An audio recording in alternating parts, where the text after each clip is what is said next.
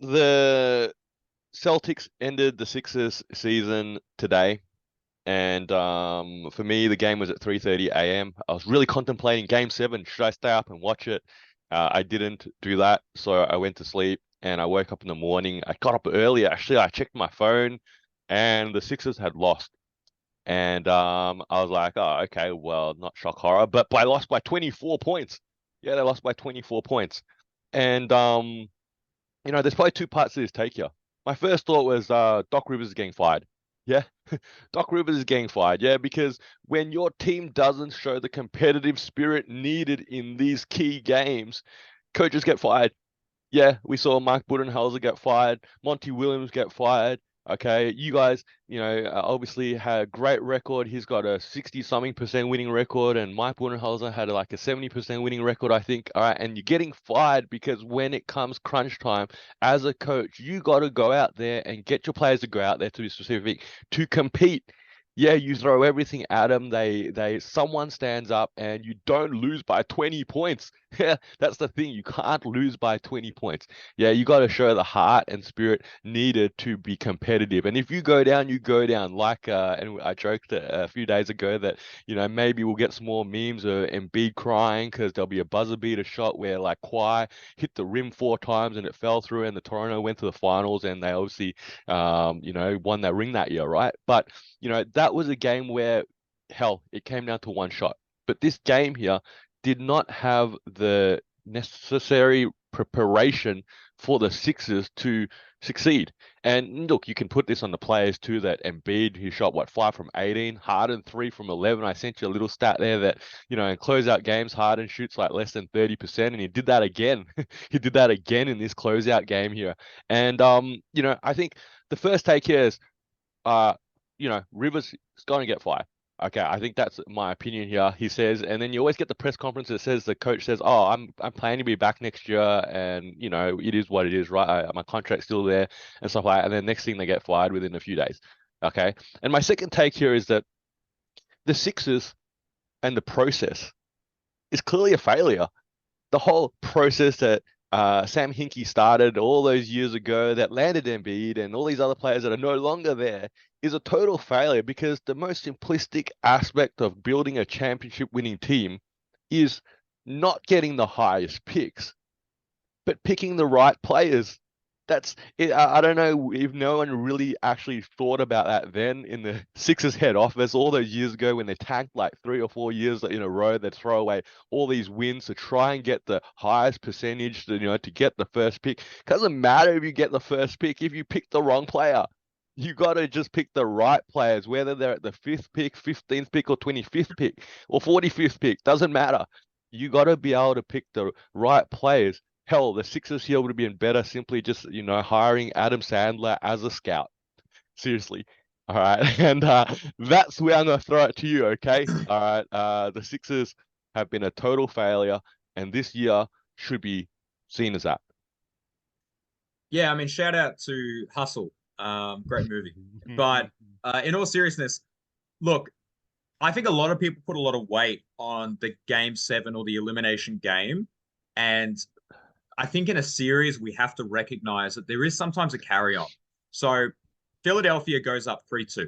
So they need to go back home, close out the series in 4-2. And I think we both recognize that that's what needed to happen, because if it didn't happen, they will not close it out in game seven. And you look at the game six, and it's very interesting to look at this. But if you decided to tunnel vision Jason Tatum from quarter four to game seven and the end, he actually scored 65 points, right? He went on a tear in 5 quarters. He had 65 points in 5 quarters. That is really the key thing here. Philadelphia had the chance to win in game six, and they didn't. They did not seize that opportunity, and they have to go back to game seven. And I believe it was already over by that point. Doc Rivers didn't fail to prepare them for game seven. He failed to prepare them for game six, because surely as someone who was walking around with the records that he does, such as the most game sevens blown by a coach, the most leads blown by a coach, surely he's looking at that saying, please, for the love of God, do not let me get into that situation, win today, so we don't have to even think about it. We don't have to ask questions about it. They needed to win game six. That's how I feel about it. So that's the Doc Rivers situation. Yes, he is gone. that's the classic move, right? I think a lot of coaches are going to get fired. I can see Doc Rivers being gone. We saw Monty Williams gone for some reason. Budenhauser's gone. We know Spoelstra will be safe, but Joe Mazzulla will go if the Celtics lose. It's just how the coach's job seems to work right now. Look, I think that's the point though. With Monty Williams, you guys, he's gone because you guys lost in that style.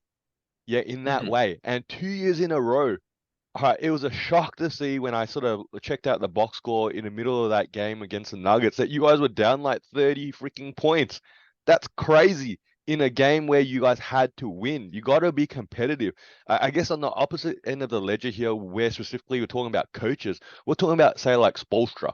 Yes, Spoelstra is a coach here that Yes. obviously gets the most out of his players. It's sort of, you can see when you watch the games or the highlights that, and a lot of these players were undrafted players, came from the G League, so they're sort of overachieving and they're throwing everything out there. They're leaving everything out there in that sort of sense. But then sort of flipping across over to like the Sixers team, and you got Embiid, a top pick here, Harden, an MVP player, and they're like pouting and they're taking, 11 shots in a game, and they're turning the ball over, dribbling off their foot.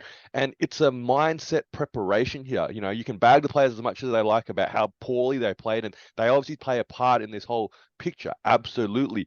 But as a coach, okay, when you have such a critical game and you lose it by double digits in such a fashion, okay, there's no other result here except you lose your job, and that's the reality at the top of the game, the highest league in the world. Yeah, look, I mean, you bring up a really great point. You're talking about, I look, forgive me if I'm wrong, but Popovich and Spoelstra are the two coaches that we revere really in the modern era. And neither of them, I think, would be guilty of a blowout loss of this magnitude in a game that mattered. The only one I could think of, though, is the 2014 Heat, where the Spurs team just came back on the redemption tour and absolutely annihilated them. But, you know, I guess we acknowledge that Doc Rivers has done this so many times, we can't not blame him for it. And so he goes. And then to further on to your second point, yeah, look, this process, I think this process was effective.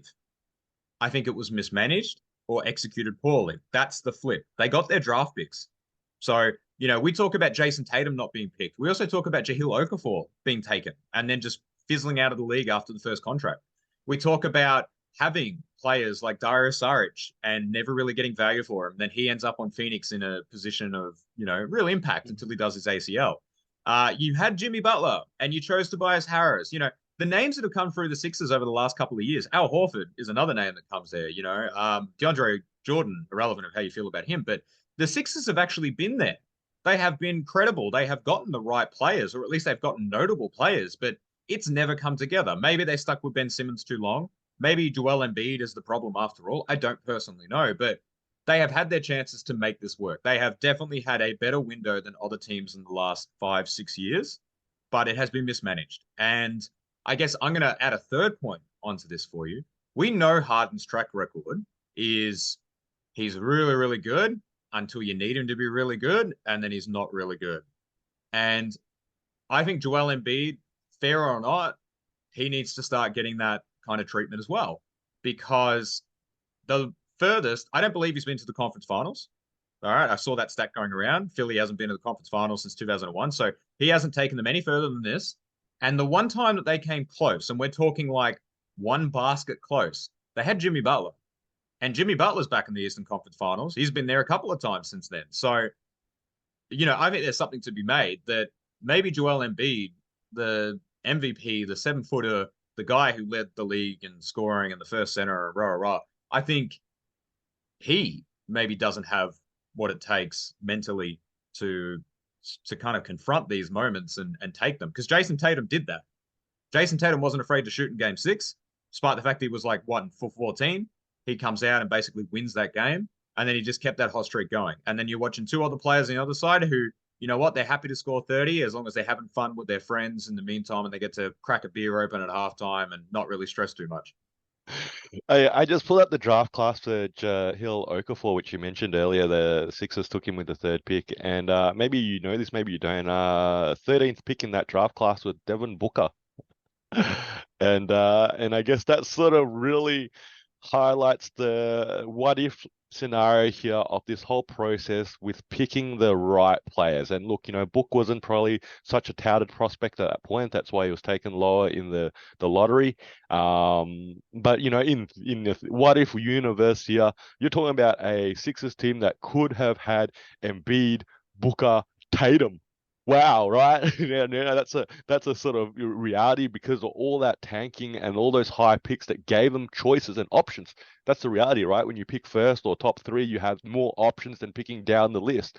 Okay. And I guess at the end of the day, yeah, it's Sixers are gonna have a long off season, I think, trying to figure this out. And a lot of things they're gonna have to, decisions are gonna have to make here, I think, across the board.